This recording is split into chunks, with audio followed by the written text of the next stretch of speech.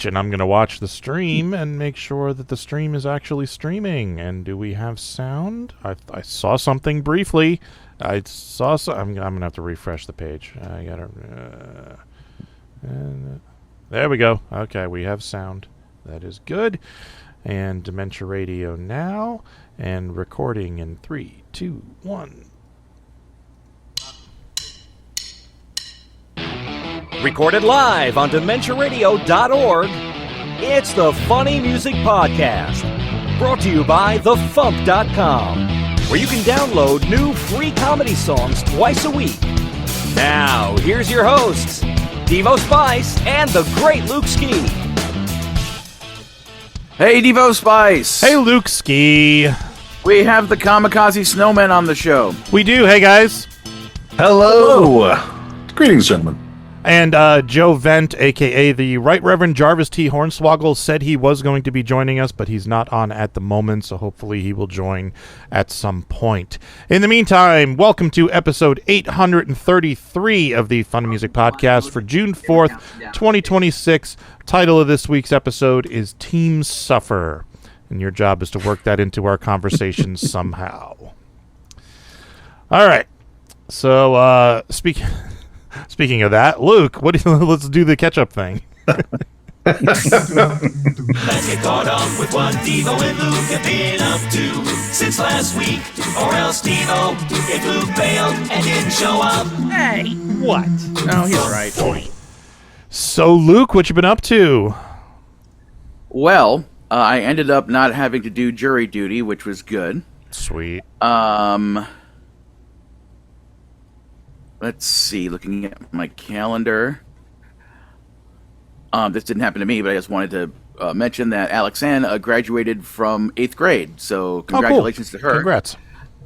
So that means this fall she'll be a freshman in high school, which doesn't seem should be a thing. Yeah, no, that's tends to what happened with kids. My youngest is graduating high school in 2 weeks, so... Yeah. And yeah, last night I got together with a handful of friends at the Round 1 in Burbank so we could go have kind of a karaoke party. It ended up being a small party. It was me.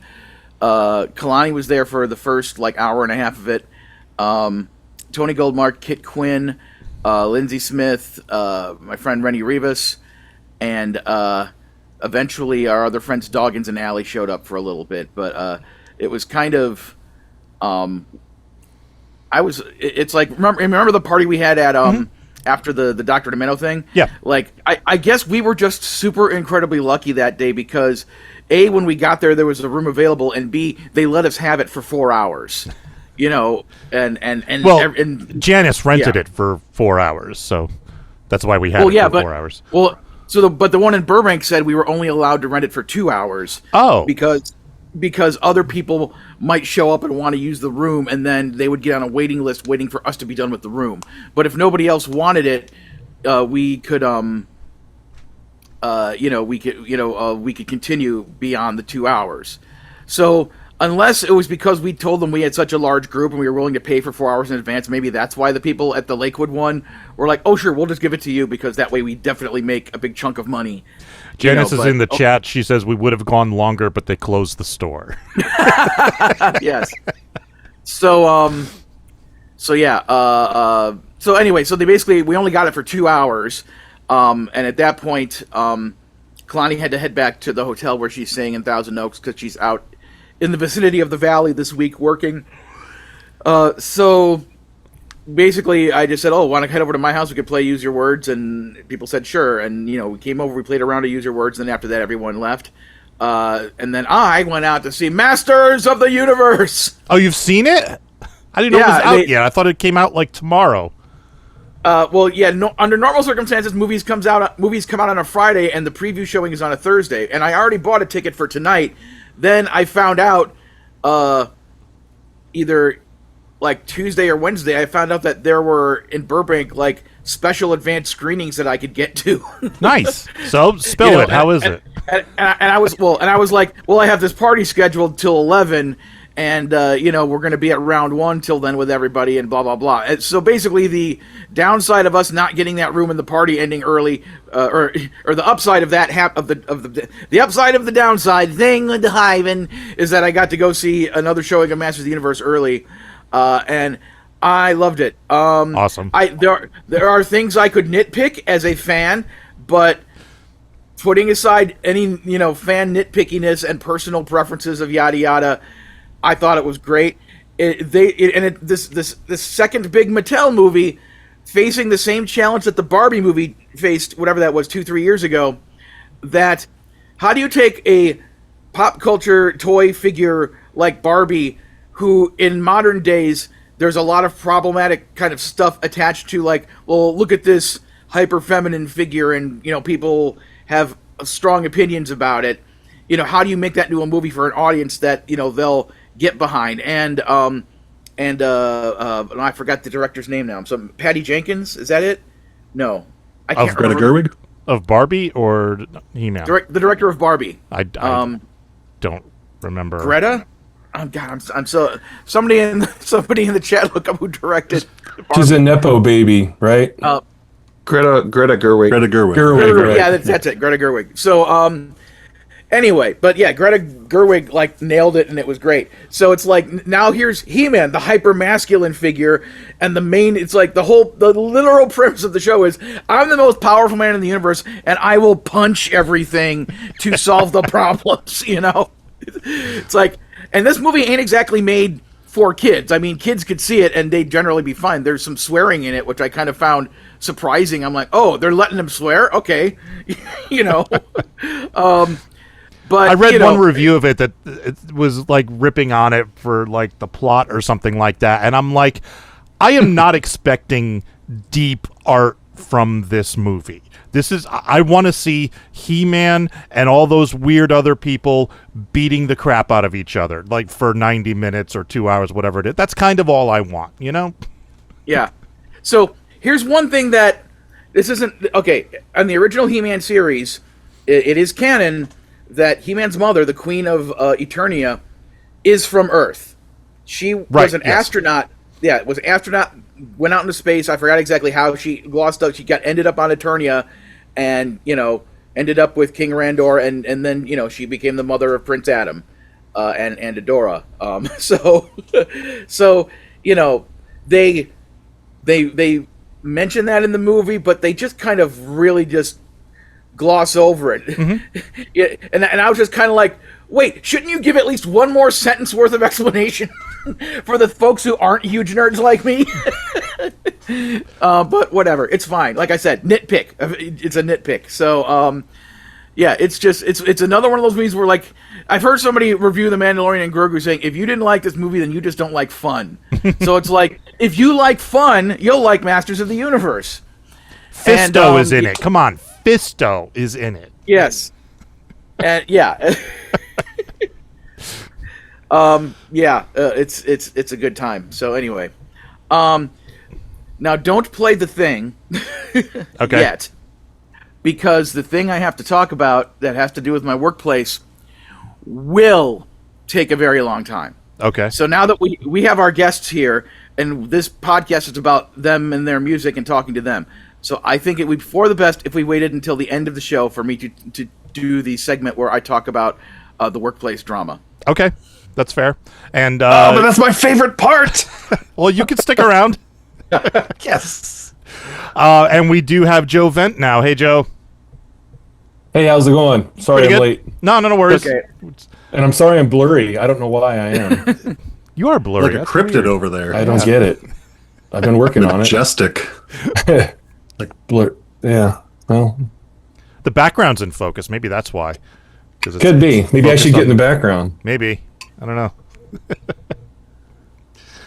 All right. You got anything else, or is it my turn? It's your turn. Okay. I was actually working on my website earlier this evening. I've been putting off building a new landing page so that I could direct people to it from like the videos that I want to be posting. So I can't post more videos until I build this landing page. And I was poking around my site and I was like, wow, I haven't updated a lot of this stuff in a while. So I just went through the site and have been updating some things. But the big news in my little world is on Tuesday, I went for a free consultation for LASIK eye surgery so I can get rid of my glasses. Now, I have worn glasses since 3rd grade, which would have been 1981, I want to say. Maybe 82, depending on what part of the year. In 5th grade, I wore contact lenses, and that did not go well because of my allergies. I could wear them for a day, but by the 2nd day, all the stuff that, accumulated on them, my eyes reacted to, and I just spent the whole time just rubbing my eyes, and, so I ended up having to take them out. And I haven't tried contacts since. But the reason I'm doing this now is because I have had at least 2, maybe 3 callbacks with casting directors, and they all said, that was great, do it again without your glasses. And I had to take my glasses off and do the scene again. And after that happened, I realized that nobody on TV or in movies wears glasses.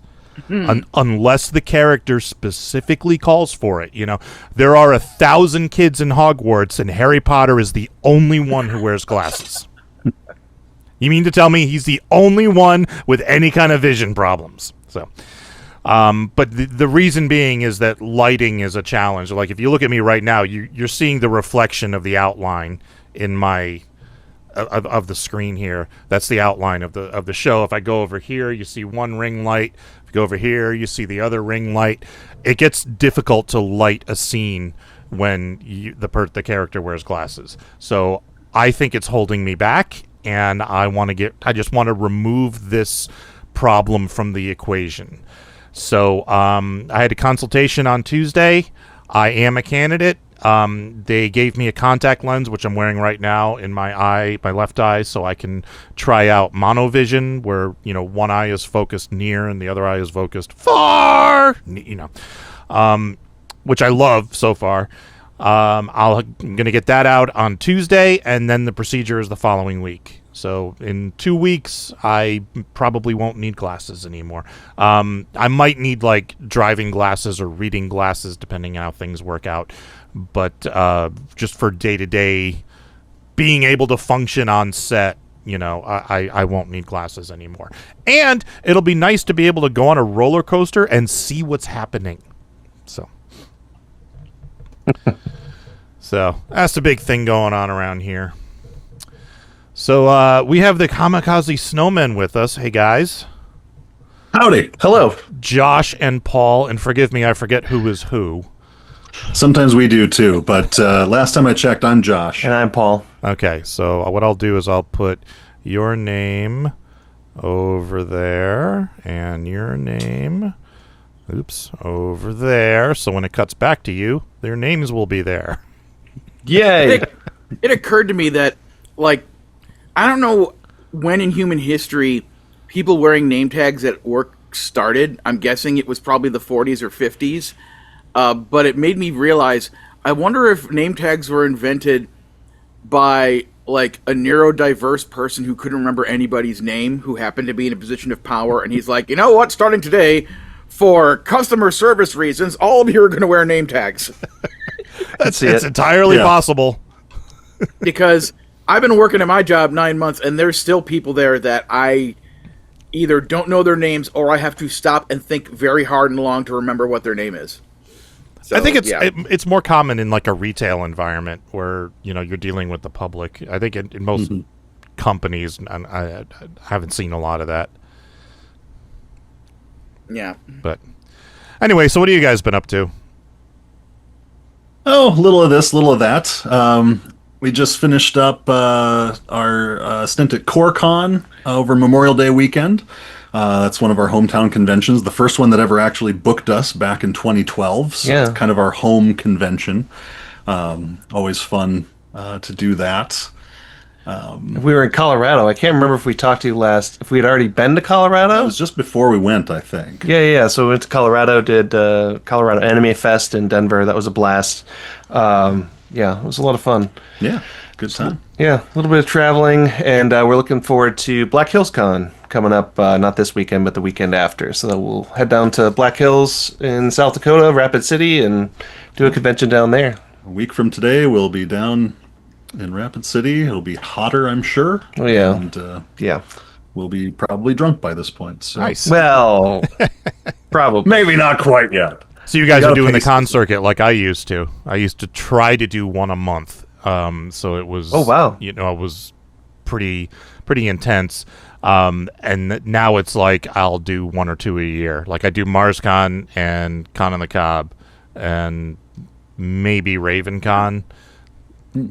So two to three a year. Yeah. For a long time, we did just two a year. And now lately, in the last 2-3 years, Trumbo's gotten us booked for, I think 6 or 5 a year, which is a pretty good sweet spot for us. Otherwise, you have to start taking more time off, and kind of gets a little dicey with work and stuff. Yep. But it's a remember good spot right now. At the height of me, having that part of my life, I know at one point I did like 24 conventions a year. Nice. Or I should say within 1 year. It was more usually between like 12 and 16, but and then as time went on and people stopped being willing to pay for CDs Yeah. Right. or DVDs or whatever, then it kind of kept sliding back. And then when I moved out here, it basically turned into just MarsCon and FuMPFest. When there's a FuMPFest, so Yeah.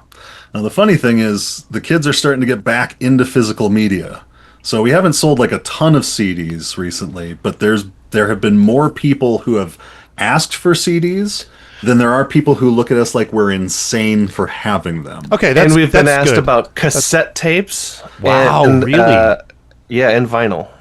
Cassette tapes and vinyl. Oh, we haven't printed those yet. but Yeah, vinyl I'm not surprised about. Cassette I'm surprised about. weird. It's like, I don't know what happened, but like, I don't know if they're trolling us or what. Yeah. These are the same people that watch everything on Betamax. Yeah, right I don't- now, I just don't know. because it's not available. I Yeah. guess. I don't know. I mean, God bless them. If they want to buy it, hey, if they have money, we will make it. We will make it. Why not? yeah, Devo, I had you make 100 copies of my CD, Needlessly Meta, when that came out in Yep. what was it, 2023? I think I still have at least 50 of them left. Yeah, okay, yeah. I made 300 back in the day. I made 300 copies of Fatal Accident Zone on cassette. I sold one and kept like 5 in, like, I have an archive in the garage of all of my releases. So I try to keep 5 of everything. And I think the rest of them I donated to a filk dealer or something. So they're out there somewhere. Wasn't it George Makis? Possibly. I'm I know pretty I sure it gave was him some stuff. I don't know if this was. I particularly gave him Fatal Accident Zone, but I might have. I think our first band we were in, I think we made 1,000 copies, didn't we? Oh, I made it. Yeah. Yes, I did it. I did 300 Yeah. cassettes and 1,000 CDs. Yeah. We had yeah, just yeah. the wide-eyed optimism of a bunch of young idiots. We were young. that- I think I still have some in my garage somewhere. So Oh, I still have boxes over in the storeroom. Yeah. I could go and toss them out on a set of beads at Mardi Gras. I ended up There's so many throwing of them. out a lot of those. I especially when we moved, just because I didn't want to have to move them here and then store them here. So I just ended up throwing out a whole bunch of them. I have about, I think, just over 1 box full left. So I have about 35 of those CDs left. But the difference is now I can make more if I need them because I make CDs here. So Yeah. I don't Yeah, make funny thing 1,000 is- CDs anymore. I make like 20, and then when I need more, Yep. I make more. Yep. Yeah, the I know funny I made thing at is, least 1,000 of my first 1,000 of my first 2 albums. My second, third, fourth, and no, my third, fourth, fifth, and sixth albums. I think I over time ended up making at least 2,000 because that was when you had to order them 1,000 at a time to Yeah. get the price point break. But then CD number 7 was Baconspiracy, and by then I had met somebody in Madison who was doing low cost runs in the hundreds. So that's when I started doing that. So yeah. yeah. No, the funny thing is about those CDs, that was our psychedelic rock band, Cosmic Kibosh. at least one of the boxes that we got, Yeah. there was a big line down the CDs because somewhere in the manufacturing process, like when it picked up the CD and moved it across, it dragged across something. And in decent CD players, those would still play. But they sent us another box, like another box of 100 or whatever it was. So we have more than 1,000 of those. Yeah. The funny thing about the run of Fatal Accident Zone was a handful of people, when they opened the box, it wasn't Fatal Accident Zone CD, it was the Yin Yang Twins CD. Oh my God. Because, like, apparently the CD plant pressed the Yin Yang Twins right before mine, and there was a couple that spilled over into mine, and they put them in the wrong box or something. So like 4 or 5 overlap. So there's a non-zero possibility that on the shelf over there, one of those CDs is a Yin Yang Twins CD. This is the weirdest remake of Willy Wonka and the Chocolate Factory ever. Now, is there a possibility that somewhere there are yin yang CD cases that contain your CD? Your CD. Possibly, yes. I don't know. But that would be amazing. Why did the Yin Yang Twins sound like a ginger? Why are they rapping Sounds about really New different Jersey? I than thought they other were stuff, from California. That's amazing. I choose to believe that exists in the world. I would love that, yeah. It gives me hope. So, Joe, how you doing? I was doing great until the last 15 minutes was about my day job, but that's all right. I love doing music so I can avoid what I do during the day. But every nightmare you guys mentioned, I hear about within a month. So because my day job is making vinyl records and CDs for a big company in New York. So. Oh wow, cool. But everything's great otherwise. I'm sorry to hear about your problems. We'll have somebody get back with you guys. That was a pinch roller issue, by the way. Happens all the time. And once I sent, I had a client who was a railroad DVD maker, got a box of Fog Hat DVDs by accident. And the best was my friend Miles Nielsen down in Rockford. He got... and I'm not kidding. Hopefully, this isn't PG, is it? Is this? No, you can. Are swear. we rated R? No, yeah. He said, "Hey Joe, I got the CDs, but a few of them had a different disc in it." I'm like, "What's that?" He's like, "Squirt Locker 6." Oh my God! I'm like, "Can you send us pictures of that?" There are 6 squirt lockers? That's Yeah, so I many. guess so. Yeah. I mean, yeah.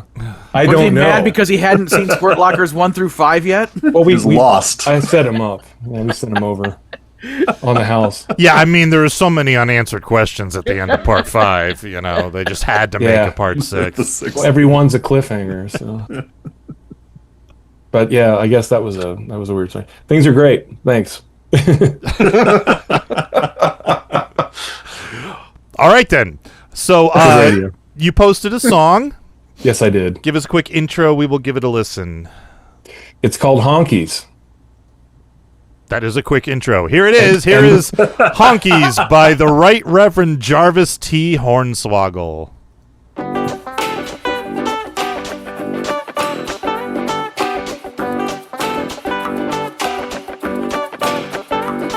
While strolling through the park to mine and my lady's dismay, we'd happen upon some loud and smelly geese along the way. Upon further observation, as they pulsed their aviation, these sleazy geese were squeezing out their greasy defecation and eating rather loudly and honking rather proudly and staking claim to our fair town as far as our eyes could see. When you go out, you'll see them everywhere,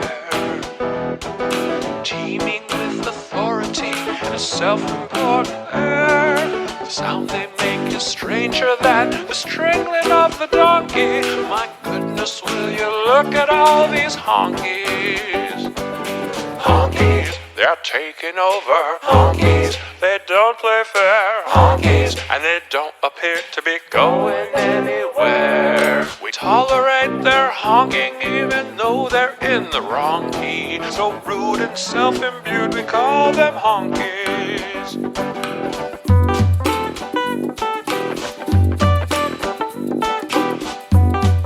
Ladies and gentlemen, Mr. Jackass. Jack, take it away.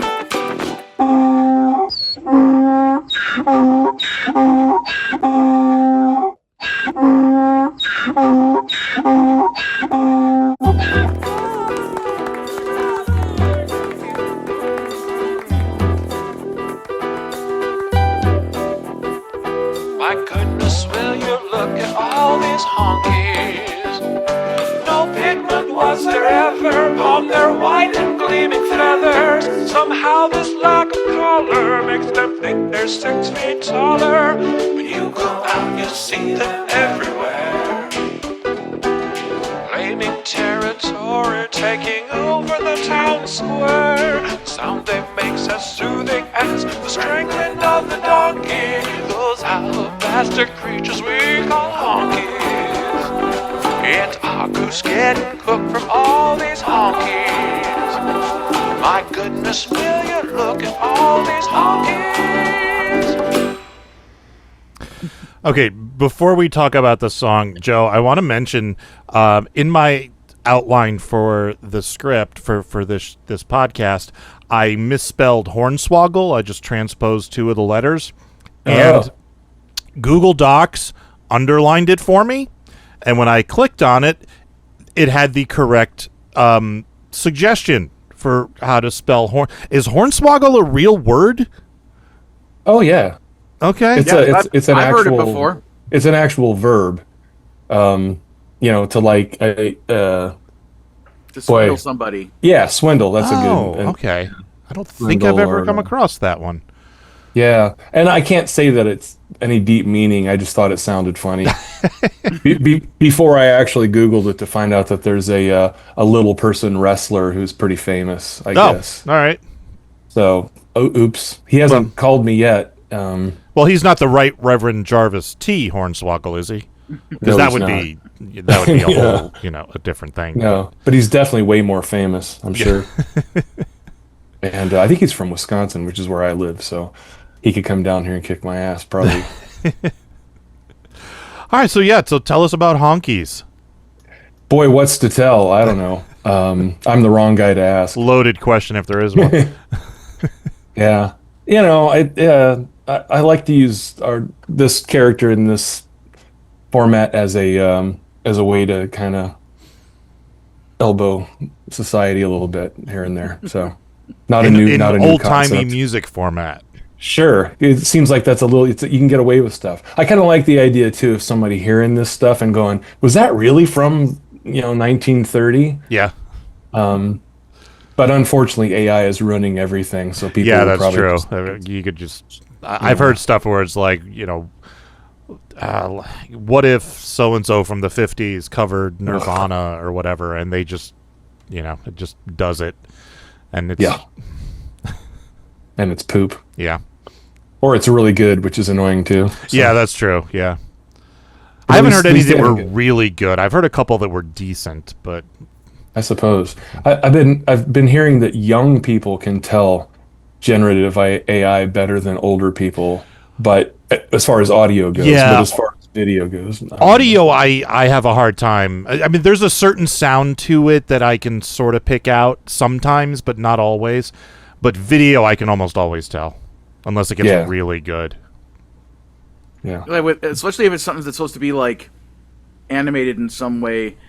It's like animation. It's like the way the frame rates go. Like if you're trying to do some wild action, it'll be like frame 1, frame 2, frame 3, frame 4, frame 5. Yeah.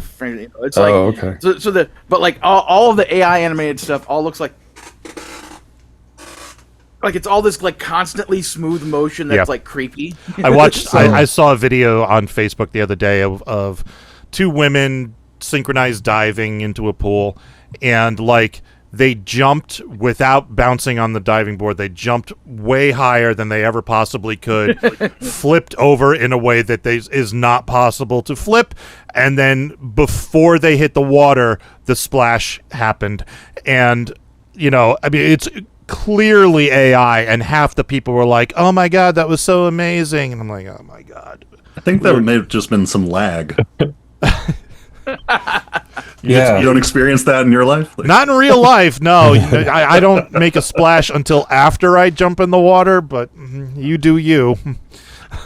Well, the bad news is they're running for Congress and they're ahead in the polls. So. Yeah. So, what was the idea behind this song? Like, how did you come up with this? I got it. It was just a idea in the shower. Wouldn't this be kind of a funny thing? And the melody and the thing came to me, and I had 50% of the time I can explore that and it goes nowhere, and 50% of the time it just kind of writes itself. But I think there might have been. I don't drink, but there were intoxicants involved. So Okay. Also, in Wisconsin, there are geese everywhere. there are, but the problem is they're not white. They're not white. They're yeah. Which has a Canadian little. geese. Yeah, they're Canada geese, and so it's funny because now on Spotify they want you to do a canvas, or you can do a canvas thing that kind of annoys people in the background while your song is playing. I think that's what it does. And all I wanted to do was film 8 seconds of white geese, and I couldn't find any anywhere. So I can't help you with that. We don't have any around here either. yeah, and then I saw literally, I think 2-3 days ago, a picture of Casey Musgraves, I think from her album, where she's running in a field with a bunch of geese. So I was like, I thought I'd put my head on hers, but that's a little there bit. you go. Yeah. Otherwise, we look almost exactly alike. I was gonna say that when I first saw you. Yeah. Very striking. Well, more in resemblance the to body. Keith. Yeah, More, of course. yeah. I've been wanting to do those canvases for my songs. I just haven't had a chance to do them yet. Except I think I did one for Santa. I don't know if it works or not, but I did try at least. But I noticed, along with the canvases, there's lyrics showing up on Spotify now too. Really? And I only noticed that because I listen to a lot of death metal, and you generally can't understand the lyrics. So I happen to look down, and I'm like, oh, there's words. I'm like, oh. But I can't find out where to put them in the Spotify for Artists thing, so they're probably just rolling it out. Yeah, maybe it's actually sussing if you don't upload the lyrics. Maybe it's There's discerning no them place to through your- upload them, at least not in my account. But Oh, Like, gotcha. when I upload my podcast animation and stuff to Spotify, there's now things on there that not only auto-generate, translating all the words that are said, but also auto-generates like chapter marks so that you can like skip the different parts, and then it'll have like different times for the most entertaining example of that is go to Escape from Walt Disney's Yule Log 3 that I'm on, where we do all the crazy insane characters and just read what their AI whatever came up with the chapter titles that describe the action of what's happening in that episode. It's insane. good stuff. So what else is going on with you? Not much. I'm just, trying to get. I haven't done a Right Reverend Jarvis T. Hornswaggle song in a few years. I was concentrating more on my other act, Big Fat Chuck. But just, I worked today trying to get some promotion thing put together. We'll see if that works out. Okay. Not to get too in the weeds on the inside. No, I'm baseball. always interested in promotion stuff because I am terrible at that. So Everybody's terrible at it, even the people you hire for it. Yeah. So that's if you find anything that works, let me know, please. Because all the good folks are booked, and it's I don't know. Yeah. Plus, for what we do and adjacent, it's not like I don't know. It's not easy to find people. I found. that's the main problem I found with comedy music is it's one of the few genres that's defined by the lyrics and not the music, and the problem with that is like Psycho Stick is a comedy metal band. They have fans, but most of their fans are metal fans, and then they also have comedy fans who don't listen to metal. So like I have rap fans who listen to my stuff, and I also have comedy fans who don't listen to any other rappers. And it's like finding that audience of people who like like this style of music, or can at least tolerate it and are not offended by it being funny, because some people get seriously pissed off when a song is funny. You know, finding those people, it's like you got to pick them out of a crowd one at a time, and it's proven to be difficult, to say the least. And Devo's Venn diagram of people who know and understand hip hop and love it, and people who know and understand country music and love it. And there's like the thing in the center, and then that's me. I'm the guy in the center. Yeah, it's me and Luke, just in a little, you know. The ultimate example of that is Luke's song "MC Freeberg," where he does. It's a spoof of Stan Freeberg's "Shaboom," using old school hip hop stuff, and I think it's hysterical. I think I'm the only one who gets it, besides Luke. One time I was spending a week in Buffalo at Adam English's place because I was doing caricatures, and this was like, I don't know, maybe a year or two after MC Freeberg came out, which is like a 10-minute long sketch that goes all over the place in hip hop and in Stan Freeberg references.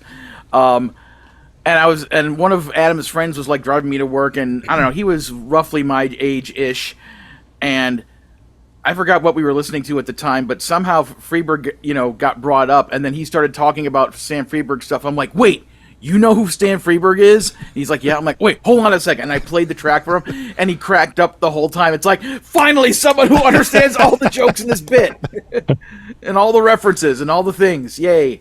So Brett Glass in the chat says funny music pisses people off, ? Sometimes, yes. I read in the Ailstorm Reddit subreddit recently. And now Ailstorm is a pirate metal band. Not all of their stuff is funny. Some of it is very funny. And a couple people were posting about one of their albums, and they were like, God, I wish they would stop doing all these stupid songs like this and just stick with the serious, real music. And I'm like, they're a pirate metal band! Pirate metal! Like, but, my personal favorite stuff by them is the funny stuff. Like, Mountains of the Deep is a masterpiece. Song about boobs, what's not to like? But other people were like, God, this is so stupid. And I'm like, shut up. So, anyway. Do you have anything you'd like to plug? Just the song, really. Honkies asked for it by name. Gonna push it on radio a little bit. I don't know. I'm pretty lazy. I'm so turned off by just public formats right now, so just concentrating on music. Where would you try to get this played on the radio? Good question. If you find out, let me know. I think folk radio is, even though it's tiny, they're open-minded and they like this kind of thing. You might get some college airplay. I could see them, some like alternative DJ playing it, but yeah. I was just going to use Airplay Direct. Yeah, I've used them. It's a pretty cool little deal. It's not cheap, but it's really not that expensive, and it's I have no interest in keeping a database of radio stations anymore. I was using them for a while. I forgot why I stopped. Probably because I wasn't getting any airplay. But it's been a while. I might want to revisit that. I actually I struggled with Sound Exchange again this week. About every 6 months, I call them up and go, "Do you guys do anything?" But it's this time. This time, I got some good results. Have you ever tried to upload your stuff to them or Sound Exchange? I think I'm on Sound Exchange. I don't think all my stuff is registered with them, but I know some of it is. What's funny is I was at a industry conference years ago, and they had a representative from Sound Exchange there, and she was like, "You want to make $1 million overnight? Upload a song called Untitled by Artist Unknown." And because like this was 15 years ago when MP3s were like the big thing, but not everybody tagged their MP3s, and so if a radio station played a song and it wasn't properly tagged, it came listed as Untitled or unknown title by artist unknown. So if you created a band called Artist Unknown, you could claim all of those spins and make millions of dollars. And I was very tempted to do it, but I'm not that much of a scammy type guy. So not a hornswaggler. I'm not a hornswaggler. Yeah. All right. Let's do some news, and then we will talk to the Snowmen. But first, a promo. This is the FuMP. I'd rather eat a porterhouse than greens. Yes, I would. I doubt I should, but beef tastes good. SAT's got a hold on me. I got a whole lot I don't wanna. I wanna put an end to DST. I got a whole lot I don't wanna. I'll just stay in bed where I'll sleep just like the dead till the clocks bring back ahead, 'cause I'm seasonally affected. I call you a fascist, but you don't know what that is. That's the Funny Music Project at thefump.com. THEFUMP.com. Go out, touch down, personal bias.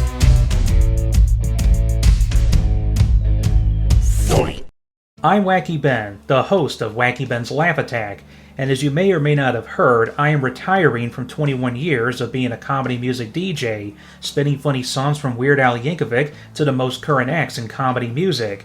From the time you're listening to this until mid-December, this is your last chance to request your favorite songs you want to hear on both the regular show or on the weekly Wacky 5. To make your requests, either email me at wackybenpodcastcomic@gmail.com or on the Wacky Ben's Laugh Attack Facebook page. Just remember to include either regular show or Wacky 5 for your song request. To follow up on what show subjects I plan to showcase during the final run of the show, follow the Wacky Ben's Laugh Attack Facebook page or group page, or check out the forums at madmusic.com. Requests for the regular show will be accepted until December 18th, while requests for the Wacky 5 will be accepted until December 11th, by which after the December 18th show, the final results will be tallied for the Wacky 30 of 2026. My final show will be on Friday, January 22nd, 2027, where after that I officially close the Wacky Studio with the Buffalo Tree that has since died out after winter. Help me make my final year as a comedy music DJ the wackiest of my 21 years, and hear your favorite wacky songs and parodies for one final time. Time for funny music news. Something, something, something. In the news, not a whole lot of news this week, but just to give you a reminder that Cover to Cover Volume 3 is now available at filkersongswap.com. That's where some folk singers cover other songs by other folk singers. This will have songs by Carrie Dalby, Cheshire Moon, and Madison Matricula Roberts, and many more. filkersongswap.com. And Weird Al Yankovic has officially kicked off the Bigger and Weirder Tour of 2026. Check out his tour dates at weirdal.com. And people are reporting the show is fantastic. Well, I'm not surprised. It's Al, after all. And Young Jeffrey celebrates 1,000 song parodies. Jeffrey has been doing a song parody every week for about 12 years now. Last week he did a parody of Since You've Been Gone by Kelly Clarkson called My 1000th Song. So congratulations, Jeffrey. You can find more information about their morning show at brookandjeffrey.com. And Young Jeffrey is Sulu's son. So that's all the news I got. You got anything before tour dates? For those of you out there who play Minecraft and have a platform that allows you to upload custom skins, if you go to minecraftskins.com, you can find a Minecraft skin for your avatar person that looks like me. And the reason why is because I have been playing Minecraft the past week or so with Alexanne, and I went to use the version on Switch, like their custom character builder, to find out that there really isn't much there that you can customize. And then I went Googling around and I found this site that, you know, does have an official connection to the game. that would let you do that. And so I had to download it on my PC to get it to work, because apparently the Switch version won't let you take the skins or something. But if you PC or Xbox or whatever else, it seems to work. So if you go to minecraftskins.com and do a search for Luke Ski or the Great Luke Ski, all is one word, and you should be able to find it if you feel like playing Minecraft as a character that looks like me in my usual stage outfit. So neat. There you go. All right. Tour dates. Sundays in Nashville, Tennessee, Steve Goody hosting at the Bluebird. Sundays online, 2 Sleeps. Last Sunday of each month on Facebook, Lauren Mayer. Mondays online, Steve Goody and Brad Tassel at virtualcomedyshow.com. And coming up this Monday, the 8th, Carla Ulbrich will be the music guest. And Wednesdays in San Francisco, California, Ben Vicini. On the 6th in Del Mar, New York, Drew Jacobs. On the 6th in Doylestown, Pennsylvania, Carla Ulbrich. On the 9th in Nashville, Tennessee, Steve Goody. On the 10th in Alameda, California, Phil Johnson and Roadside Attraction. On the 12th in Metairie, Louisiana, the Consortium of Genius. On the 12th in Long Island City, New York, David W. Jacobson. On the 12th in San Juan Bautista, California, Phil Johnson and Roadside Attraction. And on the 13th in Babylon, Pennsylvania, Carla Ulbrich. Birthdays coming up on the 8th, Jessica Delfino. So happy birthday, Jessica. All right. Kamikaze Snowmen. Give us a quick intro to your song and we will give it a listen. All right. Won't be as quick as Joe's intro. I'm too wordy. I'm sorry. But this is WMV. That was a work of art. That was something special there. That was. I can't try to top that. No. So I'm not going to. But yes, so this song is WMV. It's an excuse for me to do the transatlantic accent, which you're very good at. I appreciate that, Paul. Thank you. And just a love of B movies and. I will state this is the only song on the whole album that I listened to it, because he did the whole thing and I listened to it and I was like, I have no notes. You just ride this out. I love it and we're going to put it on exactly. He's like, are you sure you don't want to change anything? I'm like, no, it is what I want. I don't want to touch it. Let's just go with it. So he wraps it up in a nice package, but really that's just Paul being lazy. Well, I honestly tried, but yeah, I love it. Yeah. Yeah, I think that's a good intro. All right, here is WMV by the Kamikaze Snowmen.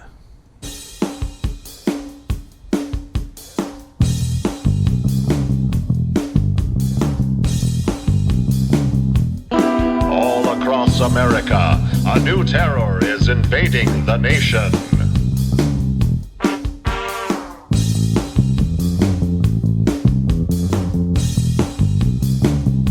It's infectious.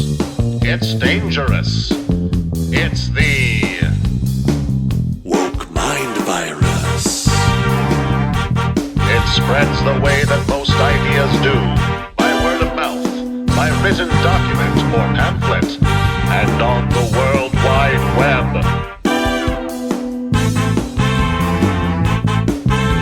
Mothers, lock up your daughters. Fathers, also lock up your daughters, or they might fall prey to the woke mind virus. Female protagonists. Scandalous. They, them pronouns. Inconvenient. Accountability. A fate worse than death. Woke mind virus. Do your neighbors and loved ones acknowledge that there are faults in our society and view human history through a critical lens? If so, they may already have succumbed.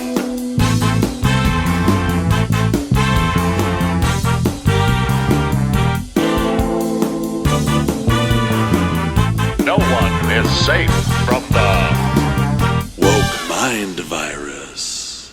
And your town could be next. Yeah, I don't have any notes either. This is great. Thank you. You do that mid-Atlantic accent very well.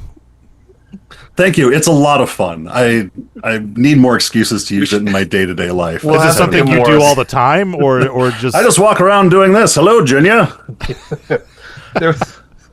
I mean, with the political climate these days, I mean, telling someone to build a blimp and go fight the Nazis doesn't sound like such a old-timey idea anymore. So maybe it will come back. I don't know.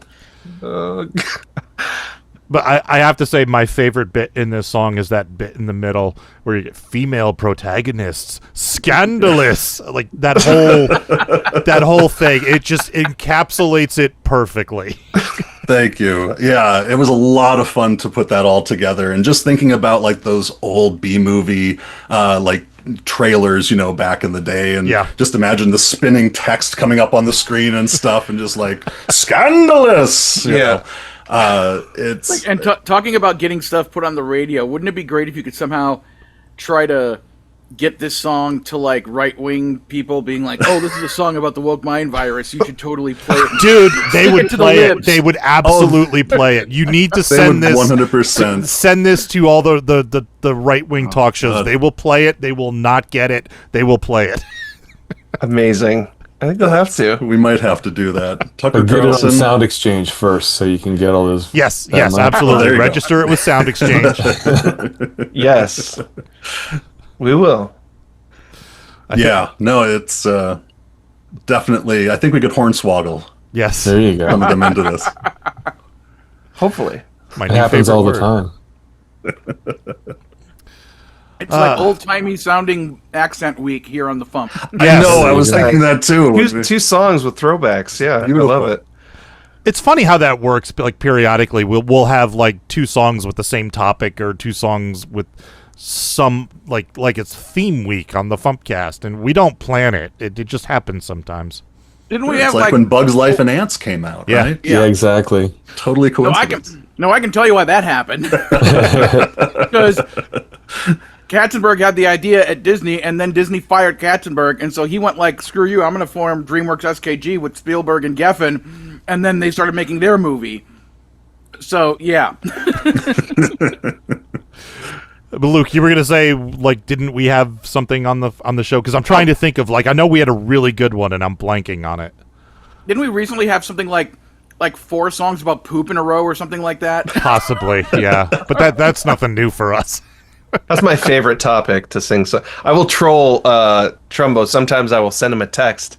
I'll be like, "Hey, I just I wrote a new song. Give it a listen." And I'll just put like the blip of like the song in the text, and it'll just be the worst song about poop. and then I'll be like, "I'm just kidding around." And then I'll send him this. I'll send him another one and say, "No, for real, this is the real song," and it's the exact same song about right. poop, just to get him to listen to it. Yeah. And I do faithfully, dutifully, like a good friend. You listen to it all the way through both times. I right? do. I'm like, I got to make sure there isn't something different, because if I come back to him and be like, "This is the exact same track," and he's like, "No, I added a fart sound at the end now. Ha ha ha." I can at least call him out on it. Yeah. Well, I'm surprised he didn't want to add a fart sound to this song. You know. You know what? I had a better judgment. I actually was like, I shouldn't touch this one. I tried to put something at the end, like, screaming or something, but I don't know. The ending just seemed perfect, so we left it. Maybe someday if we do like some kind of remix or something. Maybe we just do more of these old-timey type songs. I think that's what we just need to do. Maybe that's just our... What Here's was what we can going do, on Devo. with the? Oh yeah. Oh, sorry. Go ahead, Joe. I was gonna say thanks. What was going on with the bass on that? There was a real cool effect on the bass, I think. Oh, so that is a little bit of reverb and some tremolo. Okay. There it Yeah. is. Sounded otherworldly. Yeah, I do love surf music. Like, there's a lot of it is very simple and just kind of, it is what it is. But there's something about all that I just really love. Those moving bass lines and just that wah kind of guitar and stuff in there. Sometimes So that those simple effects are the best. Yeah. Absolutely. But yeah, no, it was a fun one to put together. It's kind of a black sheep on the album because it's not one that we really can perform live. with the way we do stuff. We tend to focus around the acoustic guitar, but sometimes you have an idea and it's like, this is only going to work as a 1960s surf song. So you just got to do it. And I come across that all the time. album. I'm like, this rap song's only going to work as a 1960s surf song, so I don't know what I'm going to do about it. So you get it. Yeah, I get it. I know the struggle. It's very real. So which album is this on? This is on True Crime Podcast, our most recent endeavor. Cool. Yeah. Excellent. Which is still out there. It's got some some stuff we can still throw out. No one's taken it down yet. There's some other good tracks on there, like Huffington Glue. Oh, goodness. Yeah, we could throw that out sometime. So, yeah. Maybe we'll see if we can throw out some other singles from this album. But And you guys are in Fargo, right? That is correct, sir. Not too far away from Wisconsin. We also have a lot of geese. A lot of Canadian geese, typically. You do, yeah. And I forgot, Joe, where are you in Wisconsin? I'm in, Hales Corners, but outside of Milwaukee. Oh, okay, yeah. I grew up in Lake Geneva, so... That's right, yeah. Yeah. Which I'm going to very soon. So if there was only a comedy music event between Fargo and Hales Corners that they could both come to... I know. Format, on the same highway, even. Yeah.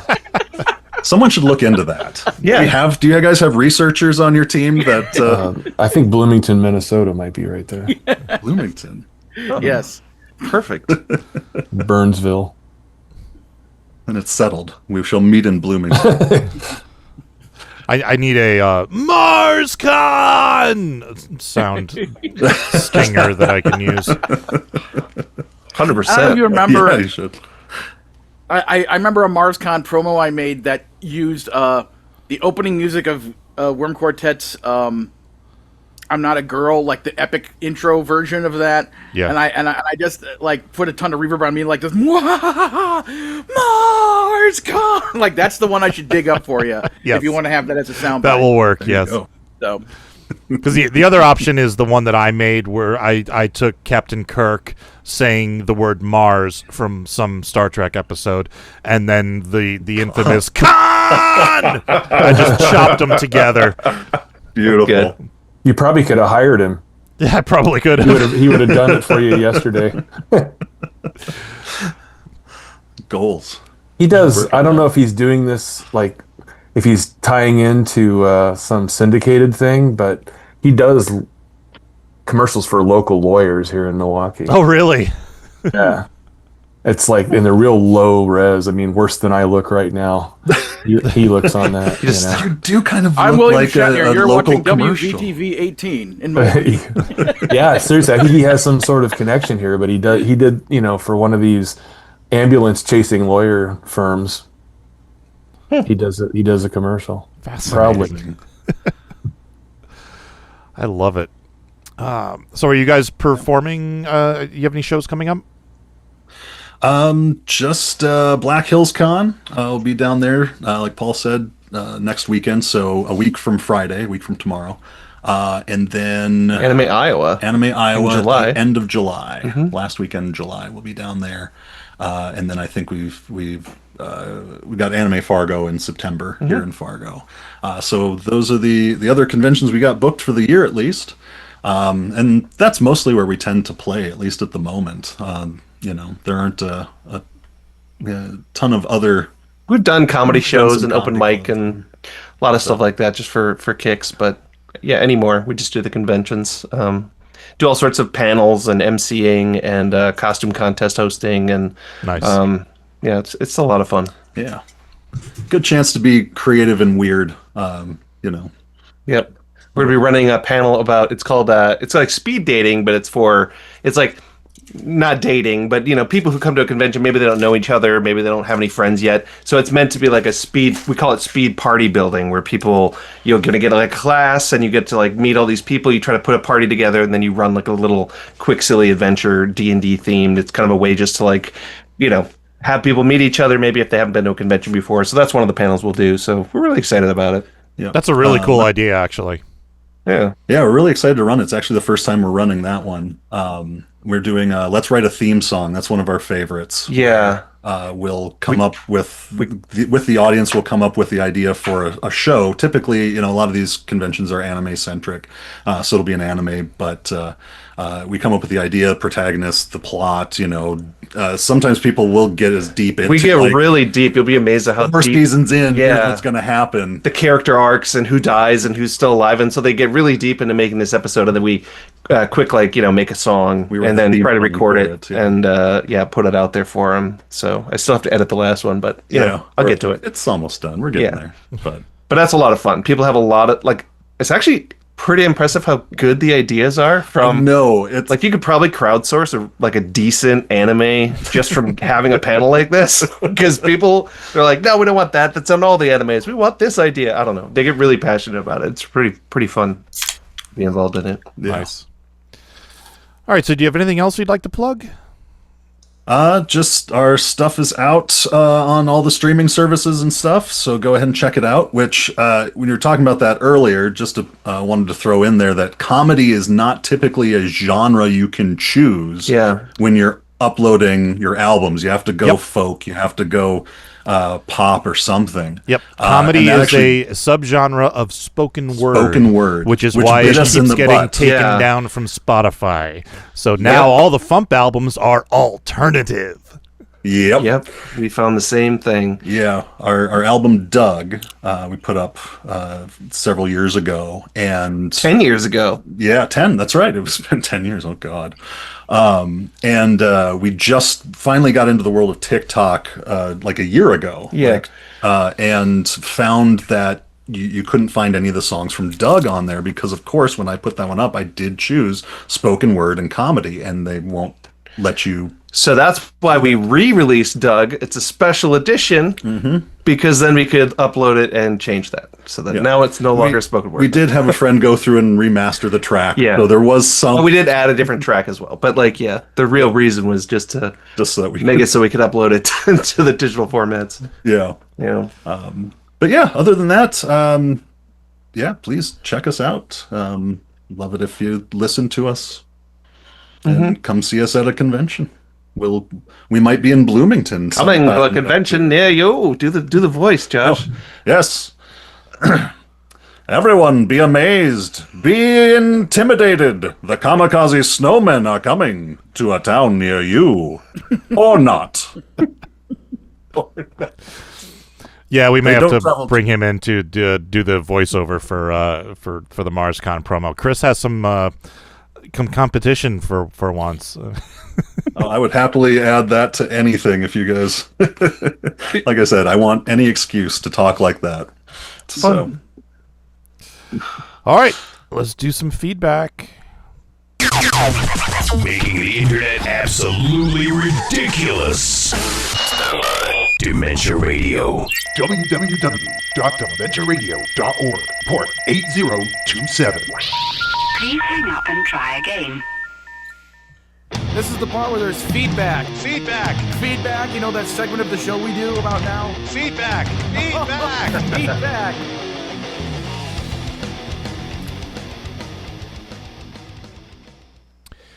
Feedback.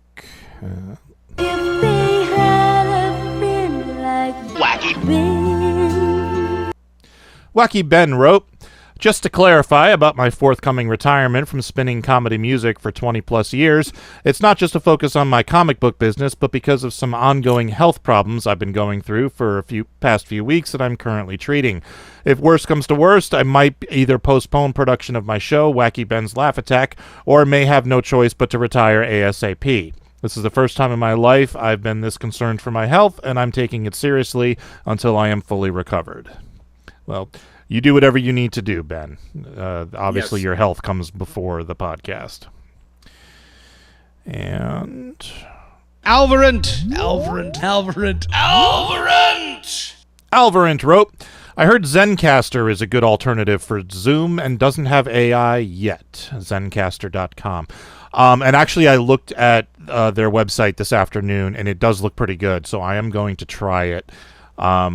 So we may have an alternative for Zoom. For we didn't have that problem today, but for some reason Zoom has just sometimes just gets stuck on one person, and when other people talk, it doesn't cut to them. And then it fixes itself after some time, and I don't know what the problem is, and there's nothing I can do. But also, I think from what I've read, Zencaster may allow me to have multiple audio inputs for the different people on the call so that I can, adjust the audio per person on the call and not just me and everybody else. So I'm going to look into this, and I will report back. And over on YouTube. Hey, log! Oh my god, it's you, not again! A-Log wrote, thanks for the shout out to my show's special Whacked Out 40 of the 90s. It will be hard to put a certain artist as number one like I did for the 2000s list, but I will definitely see if there are any contenders for number one. And also, thanks for shouting out Ben when it comes to his upcoming retirement as a radio DJ. I too wish Ben the best in his comic book career.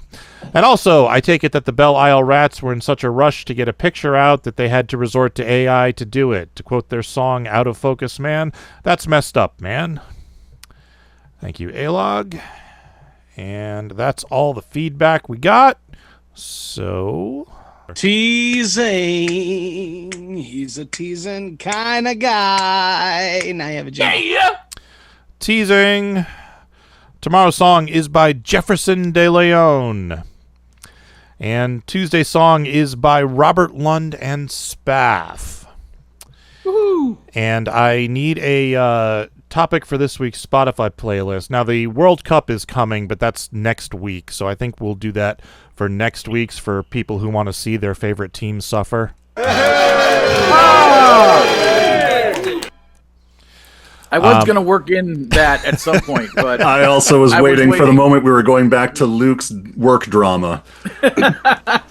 But well done. But I need a song topic. So any suggestions? Something I can fit like a half an hour's worth of music of. Let's see. I don't know How about like because of the He-Man movie, like Toys. Toys. That's a good one. There you go. Yeah, I could do that. In fact, you have a Are there song already called songs out there Toys. just called Toys? How about that? A song called Toys. Yeah. 30 minutes. Yeah, I'll find. I'm sure there's. He-Man, Transformers, G.I. Joe, My Little Pony. Lego Man. Lego Man. We do have a song called Lego Man. The theme from the Netflix She-Ra. Yeah. Legos. Everything is awesome. There's lots of stuff out there. Everything is awesome. I have a song about My Little Pony. Tom Smith does the Transformers with you. All right, that's a good start. I'll find more. Okay. Well, maybe Cybertronic's Spree's cover of Dare to Be Stupid. Oh, right. Because that's the Transformer band. I'll find that. Cool. All right. So, you were saying? So, well, why don't we let them do their plugs, final plugs of the show, and then I'll do my bit. Okay. So, Kamikaze Snowmen, plug yourself one more time. All right, kamikazesnowmen.com. Links to all of our socials and where you can find our music on Apple Music, Spotify, all that good stuff. Check those out. Come see us at Black Hills Con in Rapid City the weekend of June 11th or 12th, some around there. Just those dates. Whatever the Friday, Saturday, Sunday falls on. Come check us out there. Joe, plug yourself one more time. Yeah, the Right Reverend Jarvis T. Hornswaggle. The new song is Honkies on all the formats and whatnot. Also, I'm still doing Big Fat Chuck, which should have a few songs coming up this year. Got some good ideas. And both artists have Bandcamp, easy to find. And that's it. All righty. I don't know how long this is going to go on, so if you guys need to bounce, feel free at any point. But I actually do, but I'll listen to it tonight when I'm laying down. So okay. I'll listen to. Well, thanks for coming on, dude. All right. Yep, see ya. thanks. Man, good to meet you. You too. Okay. Should I play the thing, Luke? Yes, play the thing. And now the continuing drama of Luke Ski's workplace. Okay, so this is just kind of as a crumb of an appetizer. This is not part of the story I'm going to tell. But so last week when I had Wednesday and Thursday off, that's when I first started playing Minecraft online with Alexanne. Like I'll get on speakerphone with her and we'll both be in her realm doing stuff. Did that Thursday, did that Friday, then did that Wednesday and Thursday, and then Friday, I had to go back to work, and Alexanne was texting me, asking when I could, could I play Minecraft today, and I'm like, well, in my time zone, by the time I get home, it'll be 9 p.m. out here, it'll be 11 p.m. where you are, so that's going to be pretty late. Maybe I could get up early the next morning, before I go to work, and, yada, yada. So I believe at that point, Carrie must have explained to Alexanne how tiring the job makes me, and also kind of generally how how much I very much dislike this job. Because shortly after that, Alexanne started Googling animation jobs in Burbank and texting me screenshots of the Google search results that she found, and also suggested you need to go on your social media and tell everyone that you're looking for a job and that the job you have right now is horrible and that you really need to find a new job. And first of all, how sweet is that? Secondly, I kind of was already doing that, not so much focusing on the horrible job part, but on the I'm looking for work in the animation industry part. That's something I regularly do. And number three, how bad is your job situation when the 14-year-old autistic kid is telling you, wow, you really need to find another job? Yeah. So, yeah. So, I had to handwrite a story because I filed a grievance against one of the people who was a supervisor at the place. This person is not my regular supervisor. This is the person who works somewhere else in the facility but comes in to supervise on the days when my main supervisor has the day off, which is typically Sunday and Monday. So for the sake of using a different name for this person's name will be Mascara. And then later on in the story, another person enters the story who is the person above that person who's, doesn't run the plant, but is, more running things and is higher on the hierarchy of stuff. And I'm going to call that guy Hank. So... And I will stop periodically to explain things that are just kind of abbreviated in here because you all won't know what I'm talking about. And I guess I'll start off by saying one of the machines there we work is called the low-cost tray sorter, which is basically like one, line full of these trays of letters comes down, and it goes through a scanner that tells it which leg out of the 8 legs that, it can push things towards. And like, oh, this is going to this city, push it down leg 4, or it's going to this city, push it down leg 7. So there's 8 legs, starting with number 1 and number 2, and number 1 has some alternate stuff to like fix. If it scans something and the scan messes up because the tag on it is covered up or whatever, it shoots everything there. So leg 1 has a tendency to get a bunch of stuff out of nowhere, and then a bunch of people have to show up and deal with it. So on most days, they assign one person to each of those legs. Sometimes each leg gets 2. So that's the setup. All right. So this is me reading my handwritten stuff. I want to give a shout out to Janice. I sent photos of this thing I handwrote, and she ran it through a text reading, things that can convert handwritten stuff to text. And it made like way too many mistakes for me to just read that verbatim. I need to kind of go back and fix it because I want to fix it and then print it up because I need to take it to work with me tomorrow. But for the sake of making sure I'm saying all the correct words, because I can read my own handwriting, I'm just going to read it from this. So Yeah, so I didn't have any time to do any slick editing because I was just literally in an office writing this with a pen by hand. So we're talking about Monday here. On June 1st at approximately 12:30 p.m., I was working leg 2 of the low-cost tray sorter. I had been helping leg 1 when they needed assistance, but there were 2 people working there who got the amount of trays down to about 10 and were handling the situation. There were no trays on leg 2, which is the one I was working on, and no one else near. All right, hold on, I got to change to the next page. Oh, wait, that's the wrong page. It's page 3. Page 2. There was no one else near who needed assistance.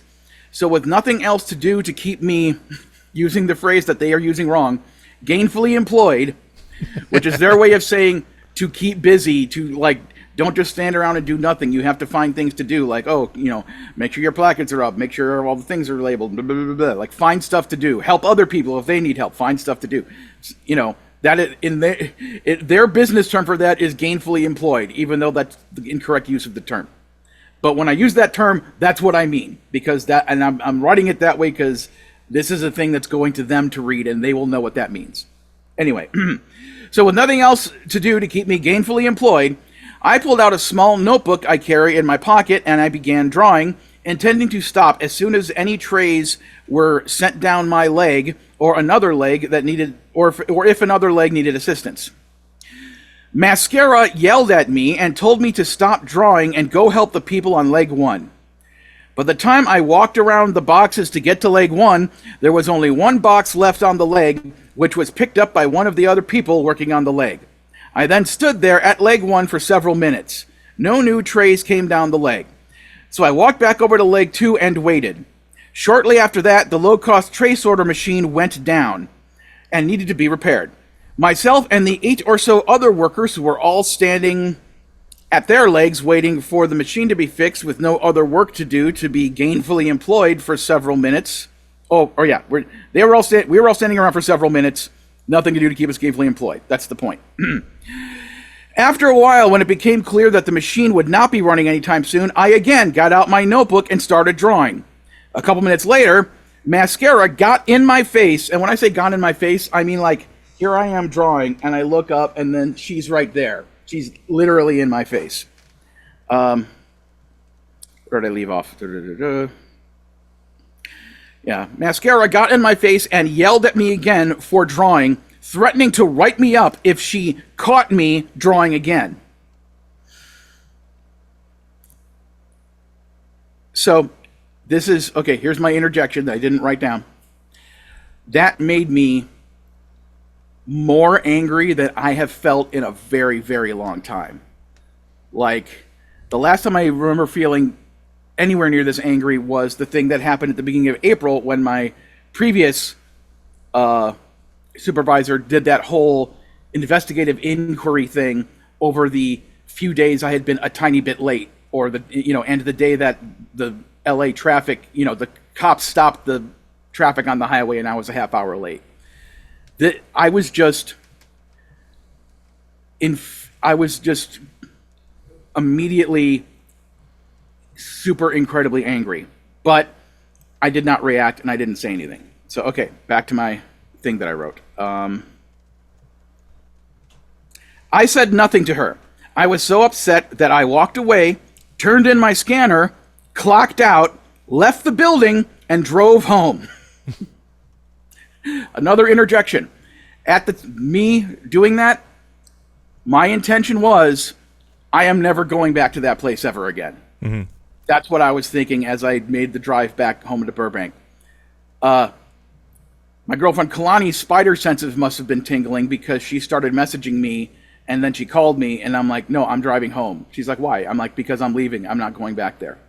And she was insisting that I go back there. And I'm like, no, I'm going all the way home. And then I'm calling the woman from the union to tell her what happened. The same woman who helped me get the day off for the Dr. D event by doing the schedule change thing. So I got all the way home. I called the woman. I talked to her. Okay, let me get back to the thing here I wrote.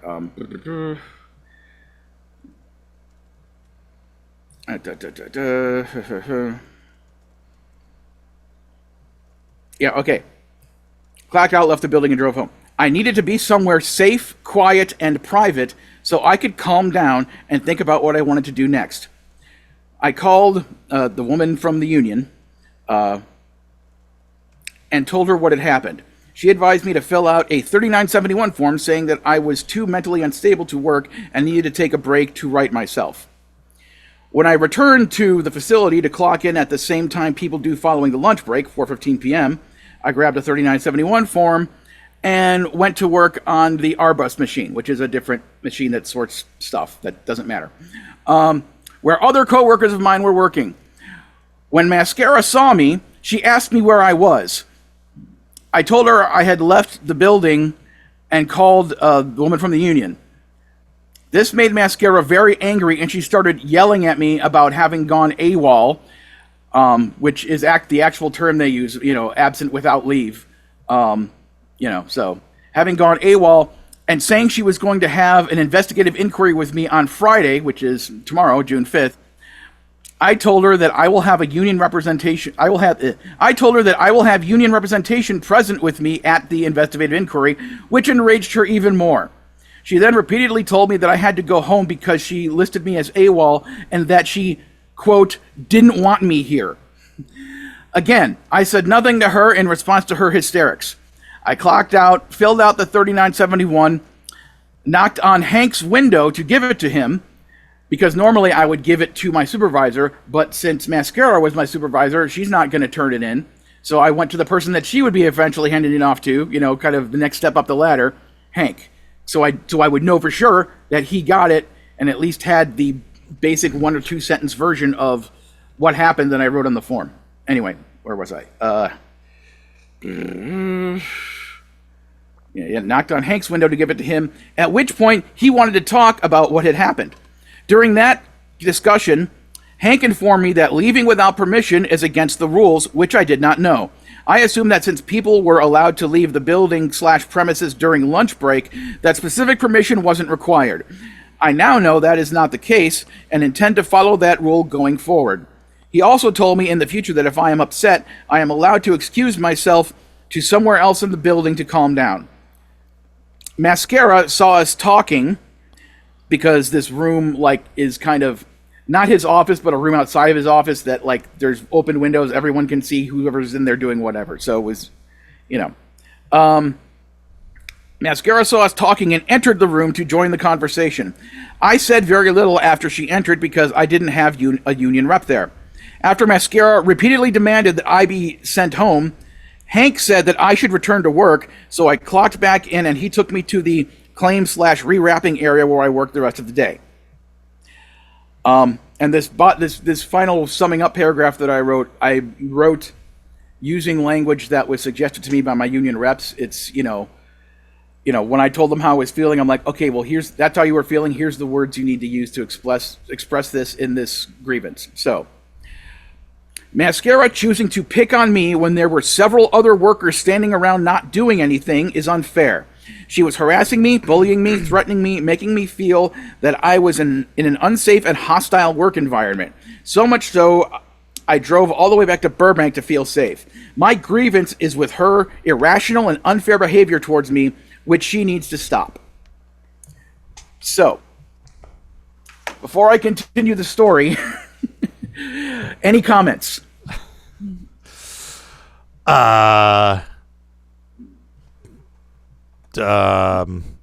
Strongly disagree. That would be yes. Yeah, that's all I got. This is like every time I think your job can't get any more insane, something like this happens.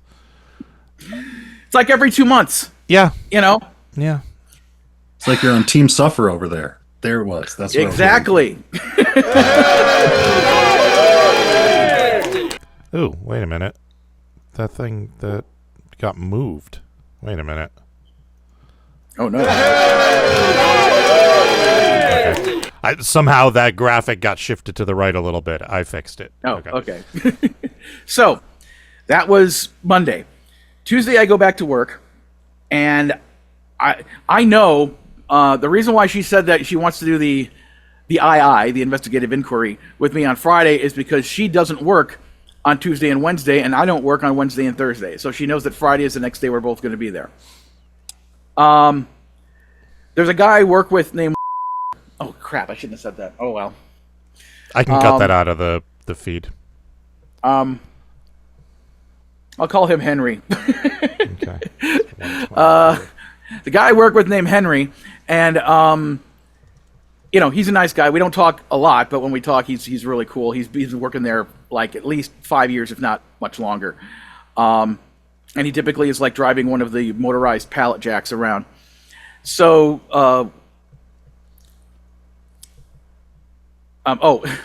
wait, before the part about Henry, at the beginning of the day,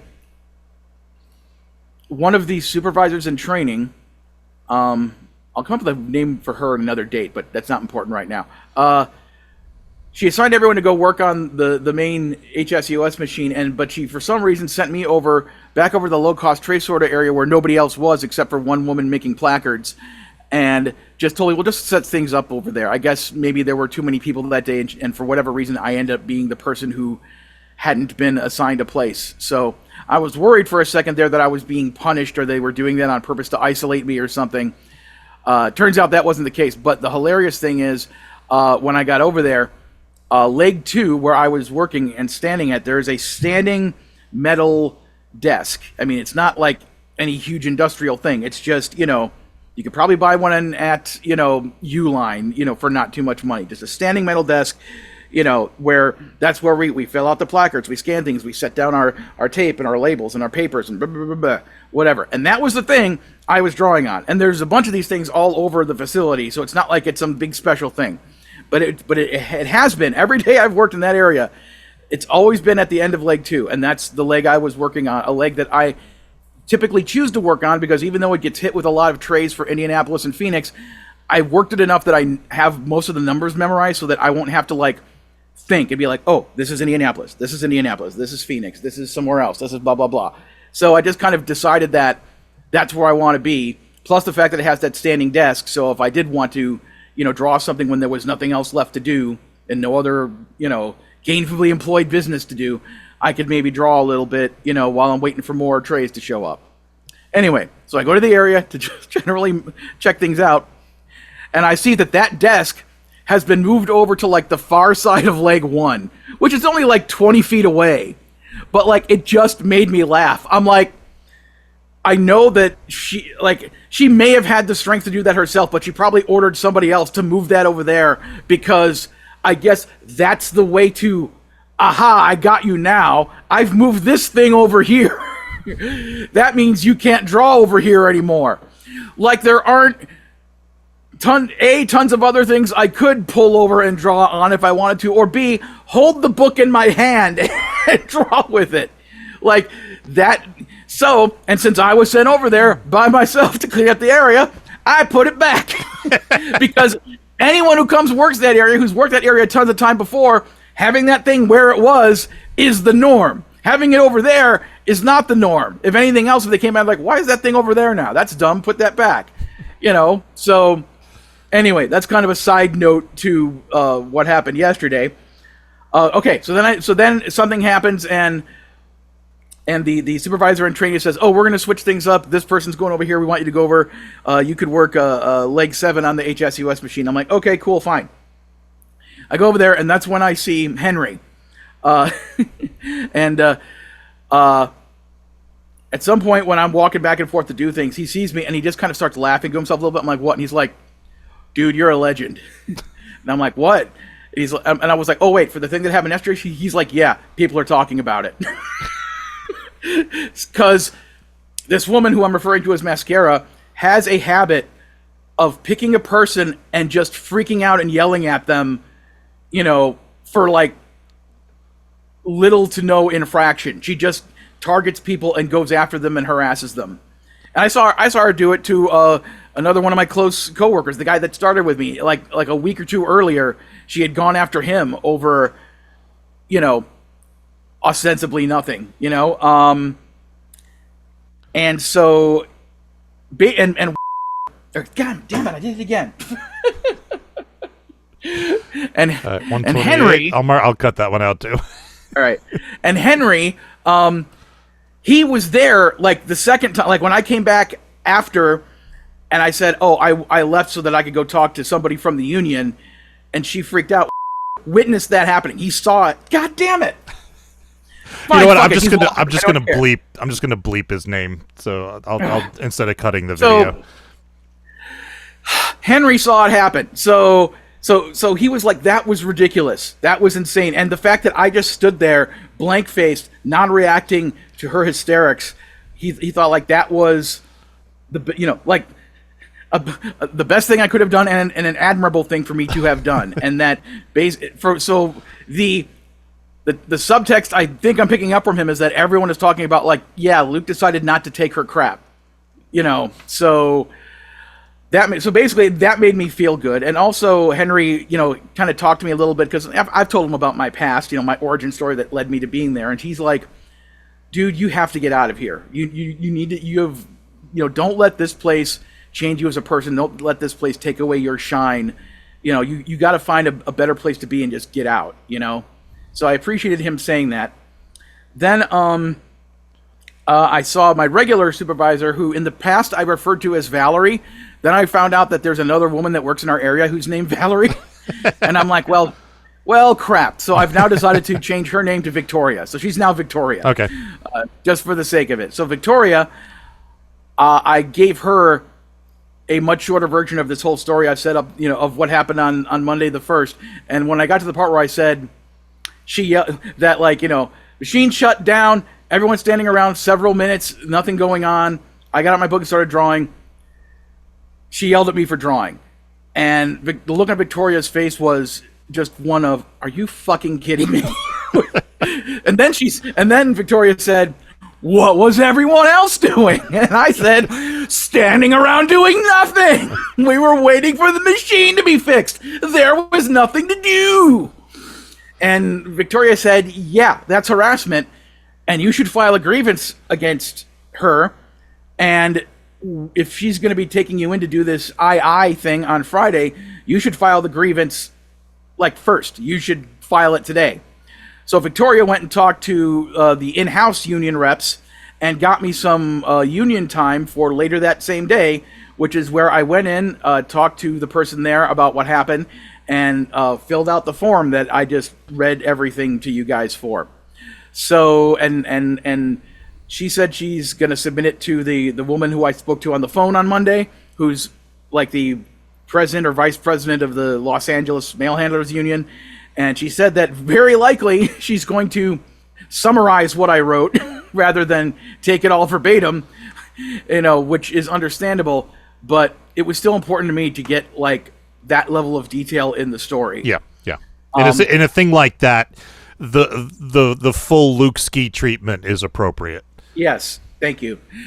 So here's the thing. The thing I did of leaving the building without permission, not without telling anybody, going home, and then coming back. Whatever. The coming back part is, the coming back part wasn't anything wrong. It was the fact that I left the building without telling anybody, without permission, and going, what they call AWOL.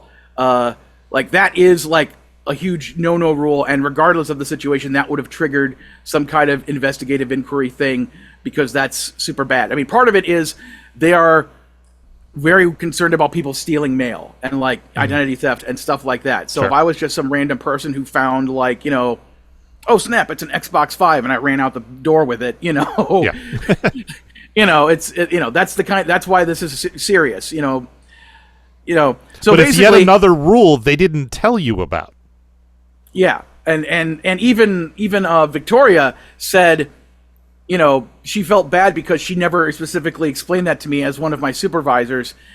And I don't blame her for it, because the whole ethos of that entire place is, we're not training you for anything. You're just going to go out and do things. And then when you make mistakes and get in trouble, or get in trouble, that's when we're going to correct you and how you're going to find out what the rules of this place are. So, so she felt bad for not having explained to me that leaving I mean, I know, duh. If you're at a job and you just leave, that's all. Of course, that's against the rules. That's what you're not supposed to do at a job. I had the decency to clock out before I left. So, but the point is that Hank said that, like, basically me having left basically escalates what's going on to being, now it's more about the fact that I left than about the argument I'm having with Mascara over whether or not I'm allowed to draw when there's literally nothing else to do. So the end result of this II, because the II is about the me leaving part, is going to be that I'm going to get something on my record. I am going to get in trouble for having left, because I did do that. I admit to doing that. And I am not trying to, like, get out of getting in trouble for that. That's fine. That's going to be on your permanent record, Luke. It's going to follow you around for the rest of your life. And here's the thing. Because I had that thing, with the 2 months ago, and now I have this, I think there's, like, two other forms of punishment after this before I'd get to the point where I would, if I did something wrong, I'd be fired. So there's, like, 3 more steps to you're fired. So I'm not worried about getting fired. But if the worst thing that can happen is they somehow justifiably fire me, I left the building the other day with the intention of never going back. So if I quit, I can't collect unemployment. Right. If they fire me, I can. Right.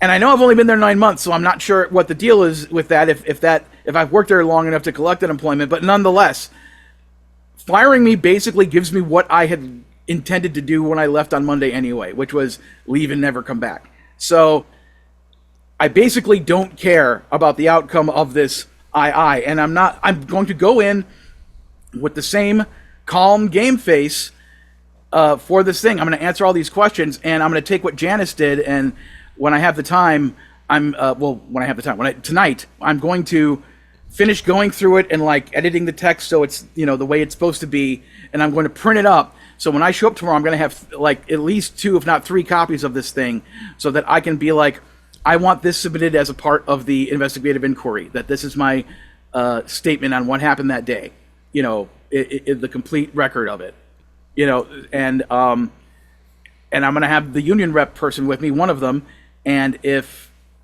I'm not, again, I don't know exactly what the rules are, but I'm kind of assuming that if the whole point of this investigative inquiry is to get information, and I, the person being accused, is trying to submit information into the physical record, I'm kind of thinking they can't deny that. Yeah. So it'll be, because the first investigative inquiry about the being the late thing, they sprung that on me. I had no warning that was coming. So I wasn't able to prepare, but now I'm going to be able to prepare. So yeah. And what I'm hoping will happen is that, I'm not hoping to get the thing on my record, but I know that I will. So whatever. So what I'm hoping is that amidst all this brouhaha, that in the official paperwork, Luke got in trouble because he went AWOL, and that's the end of the sentence. I want it to be so that nowhere in there it says Luke got in trouble because he was drawing, because that's not against the rules of the place. Because that was what made her freak out. Because one of the things that she kept saying was, you think you can just do whatever you want. It's like, name another time I just did whatever I want here. Like, if I did whatever I wanted, I'd pull in a chair from the break room and sit down whenever I felt like sitting down. Yeah. But I didn't do that because I'm following the rules. There's no rule against drawing during times when there's nothing else to do. And I would love to see her. Try to go to, like, the higher ups and make a official rule that you're not allowed to draw. It's like, yes, please go to this government facility and try to create a law that prohibits the freedom of expression of its workers. Please, please try to do that. See how the union thinks of that. See what your higher ups think of that. See what they think of you as a professional who freaked out over somebody drawing while waiting for a machine to be fixed. It's like, So, that's what I'm hoping for. It may not happen. Like technically, it would be failure to follow instruction. That would be technically what they'd write down. It's like, she gave me an instruction, and I ignored her instruction. She told me, don't draw. And then a few minutes later, 10, 15 minutes later, whatever, I drew again, and she caught me. So that was failure to follow instruction. So technically, that's what they could list it as in their thing. So I'm hoping that it'll turn out I get in trouble for the AWOL, but not in trouble for the failure to follow instruction. Because to me, that's me winning, And the fact that, and this wasn't the intention when I started, but the fact that, as Hank said, this got escalated to another level, it means it brings more attention to the fact that, of the fact that Mascara is unhinged and treats people unfairly and gets in histrionic shouting matches, and she does this with tons of other people. So if this grievance accomplishes nothing, I'm hoping at least it accomplishes there being something added to a paper trail of evidence of her behavior, so that eventually, because when Hank was saying, well, Luke's here, he came back. To his credit, he did come back to work, so we should put him back out on the floor. And Mascara was all like, no, he has to go home. There's not going to be any consequences for him. He needs to learn. He's not going to blah, blah, blah. And he's just like, well, hey, you're good at wrapping gifts. There's a wrapping area over here. We can rewrap the packages that were damaged. Can you do that? I'm like, oh, yeah, sure. Okay, come on, let's go. He straight ignored her to her face and sent me back to work. Because I think even he has a bit, he had more of a poker face about it, but I think he was in his my suspicions that in his mind is like, oh, it's another Mascara situation. Okay, I see what's going on here, and I was the one being calm. So, okay, final thing, and I ran this by Tony and Kit yesterday at our little get together because I actually sent him. I just sent him the pictures of the handwritten thing just because I wanted somebody to talk. I sent it to him and Garrett and Agatha just because I wanted to. We have our own little Escape from Walt Disney characters chat group on Facebook. Because of course you do. Yes, we had to. So I always wear T-shirts like this, like the one I'm wearing right now that says Pac-Man. I always wear T-shirts to work.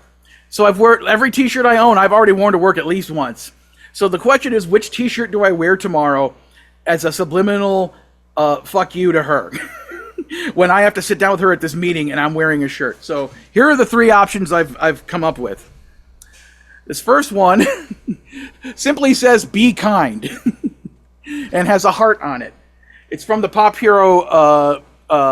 Culture Hero Coalition, which I bought it off of, I believe, Chase Masterson from Deep Space Nine at a convention a bunch of years ago. So there's that one. Here's number two, with a T-Turtle shirt with their version of Ahsoka Tano on it that says, "You don't have to look tough to be tough." So there's option number two. That's a good one. And here's option three. And this is the one Tony and Kit said I should go with. So I want to get your opinion on it. It's Snoopy, and it simply says, whatever.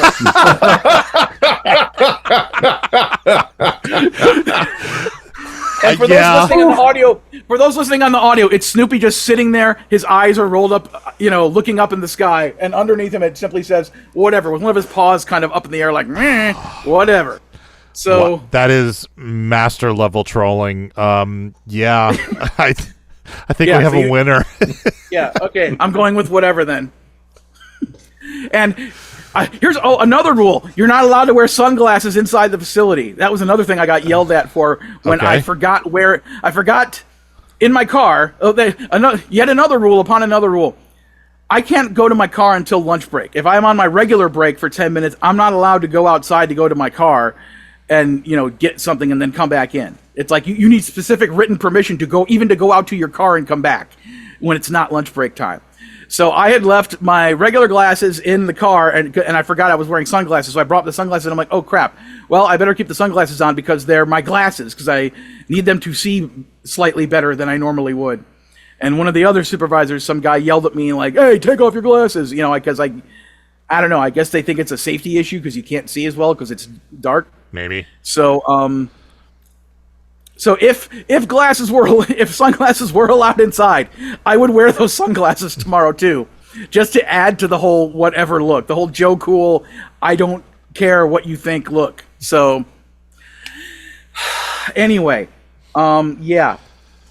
So my goal is to have found any kind of new day job by the end of October. And when I was driving home that day, I was already in my mind going, okay, well, I can put out a call for more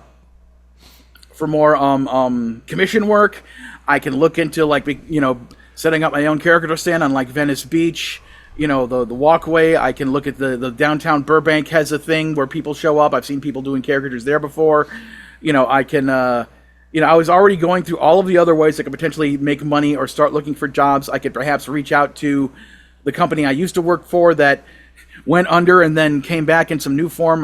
One of my coworkers there said things are kind of weird, so I don't know if that would work. Or I could try to find another weed delivery service and see if I could deliver for them. I don't know. I was already in my mind going, here's all the things I potentially do. And I went back because it was to my personal benefit to continue to be employed. Mm. I know that's a weird, vague way to say it, but it's like, there's other stuff going on in my life. Some of it's positive stuff too, which Devo knows about, but it's like, it's still for the best for me to continue to get a good-sized paycheck every 2 weeks for the next several months of my life. So even though I hate it, it like I said, it made me feel good to know that there were some people there who were like, yes, that was harassment, that was bullcrap, and you shouldn't have to take it, and you should push back. So, another thing, the same day a couple weeks ago when she was yelling at my other coworker, that was the day I was working the forklift for the first 6 hours of the day. And then when I went to do my last break, the same woman mascara came to me and said, you need to stop working the forklift. You need to come back and work the Arbos machine and do the scanner. So I already talked to Hank about it, so you need to do that after that. And I was like, okay. And I just did it because I typically am a person who does what I'm told when supervisors tell me that. I figured out later that when I got there to start being the scanner, I looked up and I saw how many items had been scanned up to that point. It was only about 1,000. Yeah, you told this story on the show. Yeah, before, yeah. So she pulled me off of, she did some things that she technically wasn't allowed to do and pull me off of being a forklift driver because once I was the forklift driver, somebody else was my supervisor for the rest of that day, and she shouldn't have had the power to do that. So, and another coworker there who's been there a long time came to me and said, you don't have to do what they say when they pull stuff like that. If your bid was over there, you can push back and say, no, I'm going to keep working over there. And I was like, oh, I didn't know I had that option. So anyway, so that is my big, long, stupid story. Sorry for making you have to go in and bleep that person's name. No, that's easy. I'm more concerned that I lost my bandwidth died at some point. I may have to piece the show together and from the two pieces, which I hate doing. No, but we'll see. But so, what do you think, Kamikaze Snowmen, of my latest adventure at work? I feel so bad. We had muted the microphone there, but when you mentioned, you were telling the story, and then you said, and that was Monday, and Paul over here just went, that was just Monday? Yeah. So, virtual hugs, my friend. Thank you. Hang in there. I mean, I came back here, I laid down on my bed, my cat Cubert got on my chest because he immediately knew something's wrong. I called the woman from the union, and then I just laid on my bed. I don't even know if I ever fully fell asleep, but I just needed quiet. I needed solitude. I needed to just let myself naturally calm down to the point where I could decide whether or not I wanted to return. And then once I came to the conclusion, yeah, it's really in my best interest that I go back. So,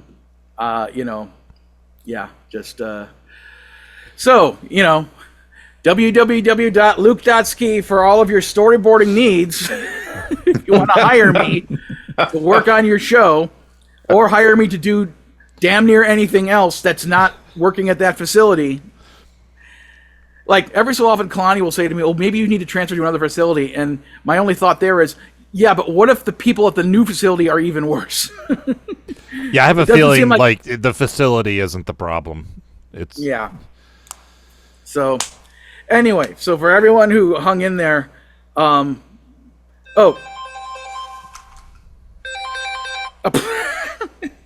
that's the alarm I set yesterday to let myself know what time we had to be out of karaoke.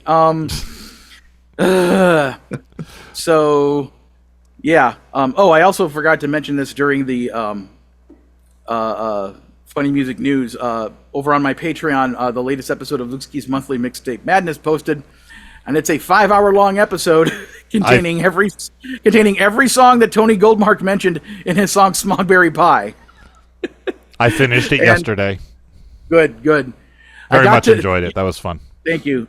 I've gotten through part of it, but most of my drives to and from work are me on the phone with Kalani, and so I really don't have a lot of time to even listen to stuff. So yeah, if you want to become a Patreon donor for me for just $1, you can hear that episode and all the previous 4 episodes, however many it is, whatever. and lots of other bonus stuff.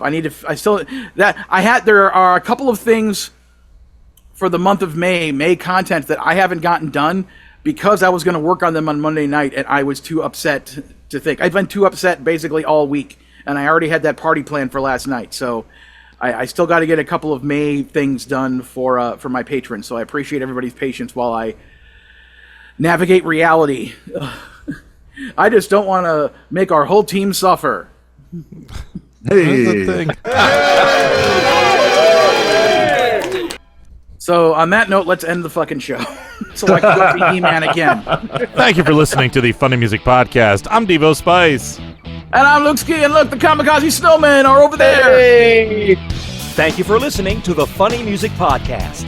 You can listen live every Thursday night at 10 p.m. Eastern, 7 Pacific at DementiaRadio.org and join us in the chat. Or subscribe to the podcast feed. Look us up on iTunes and be sure to leave us a review. Feedback for the show can be sent to info@thefump.com. The Funny Music Podcast is a production of Fidem Interactive, LLC, released under a Creative Commons share-alike license. Tell your friends, tell your enemies, shout it to random people on the street, and be sure to visit thefump.com for the latest funny songs. Tune in next week where you'll hear Luke Ski say... So a woman came up to me and was like, "You can't do any drawing," and I was like, "Whatever."